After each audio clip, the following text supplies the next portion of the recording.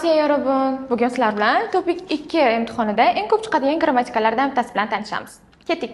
Xo'sh, yorubim, bugun sizlar bilan fe'llarga qo'shiladigan daga grammatikasini batafsil o'rganib chiqamiz. Daga grammatikasi o'zbekchaga tarjimasi ayotib bo'lib, aslida ikkita holatda ishlatiladi. Daga grammatikasi o'zi fe'llarga qo'shilib, birinchi harakat ma'lumotga to'xtadi va o'rtada pauza bo'lgandan keyin ikkinchi harakat davom etishda ishlatiladi. Va bu pauza ikki xil bo'lishi mumkin. Misol uchun, birinchisida hengdong chongwang iji, ya'ni harakatni o'zgarishi xohish bilan yoki hengdong chongwang iwi, harakat o'zgarishi kutilmaganda yoki tasodifan bo'lishi mumkin. Bunga misollar bilan ko'rib chiqamiz. Misol uchun, chibe kadaga shijangga terozo qajarli satta. Ya'ni uyga ketayotib, bozorga kirib, shirinlik sotib oldim. Birinchi harakat ma'lumotga to'xtadi va o'rtada pauza bo'lgandan keyin ikkinchi harakat davom etishda ishlatiladi. Va bu pauza ikki xil bo'lishi mumkin.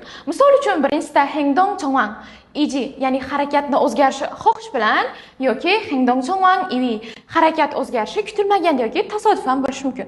Bunga misollar bilan ko'rib chiqamiz. Chibe kadaga shijangga terozo qajarli satta. Ya'ni uyga ketayotib, bozorga kirib, shirinlik sotib oldim. Endi bu yerda uyga ketish davomida ma'lumotga to'xtadi ish harakatimiz va keyingisi bozorga kirib shirinlik sotib oldim. Xo'p, endi bu yerda so'zlovchi o'z xohishi bilan harakatni o'zgartirganda ishlatilyapti. Ikkinchi holatda esa kedan lesionerio kadaga nomojil ponetta.